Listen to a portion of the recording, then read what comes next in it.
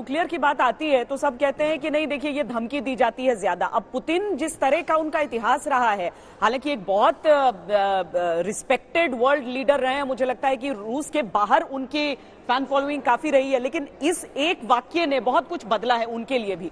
अगर वो युद्धाभ्यास करते करते करते अचानक एक दिन उनकी संसद से यह प्रस्ताव पास हो जाता है कि चलिए आप रूस के बाहर अपनी सेना ले जा सकते हैं, और दुनिया को लगता है ये गीदड़ भभकी है, पर वो गीदड़ भभकी होती नहीं है।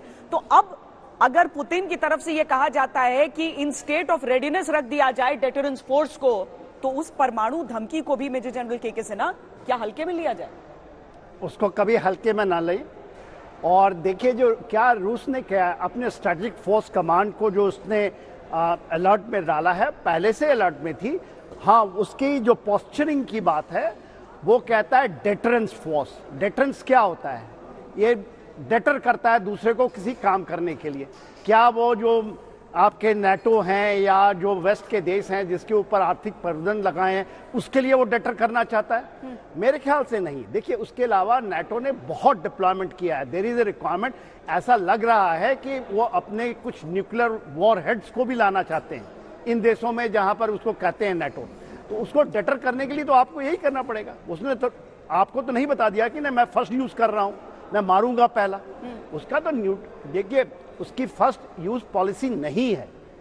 बहुतों देशों की फर्स्ट यूज पॉलिसी होती है, अमेरिका की भी है, कि हिरोशिमा नागासाकी में क्या किया, पूरा वर्ल्ड वॉर खत्म हो गया, बस 27 करोड़ लोग मर गए, रशिया का मैक्सिमम योगदान, और लास्ट मिनट में टू एंड द कॉन्फ्लिक्ट आपने 2 बम गिरा दिए उधर।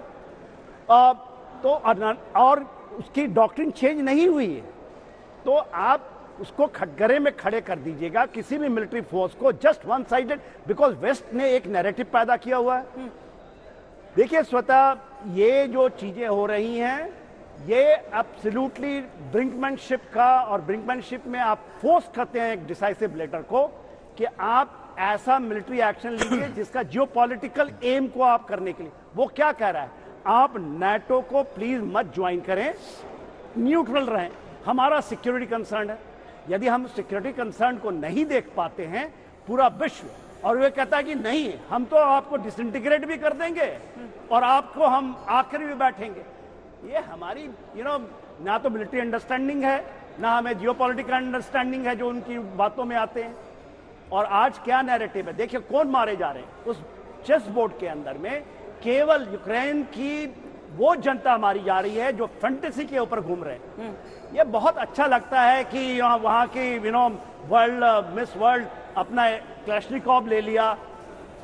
यूक्रेन आप लोग सभी बोलते रहे, उसको कब्जा कब्जा कब्जा कब्जा करने नहीं गया है।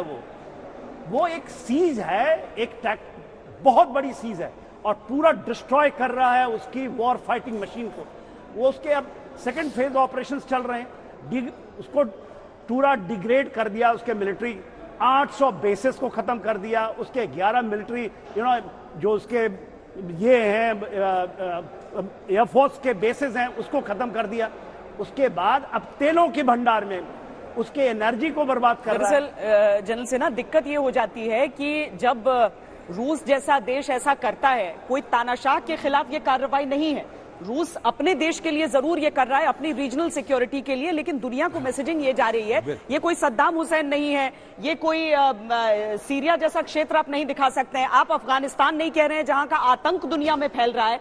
तो क्या जनरल कुलकर्णी, पुतिन जस्टिफाई कर पाए हैं दुनिया को अपने एक्शंस? वो करना चाहते हैं, नहीं करना चाहते हैं, दूसरा सवाल है।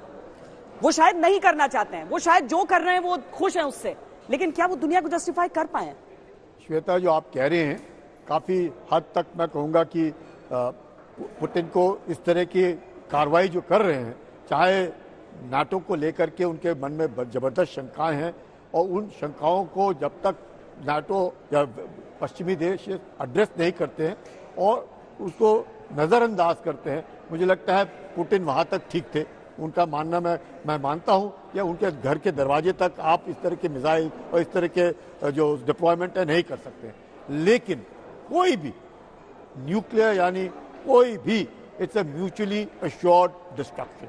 कोई भी इस्तेमाल नहीं करेगा। ये डेटरेंस के तौर पर है कि दिखाने के लिए, वो कहते हैं हाथी के दांत दिखाने के अलग और खाने के अलग, ये सिर्फ दिखाने वाले हैं और कोई भी इस्तेमाल नहीं करेगा और किसी ने भी इस्तेमाल नहीं करना चाहिए।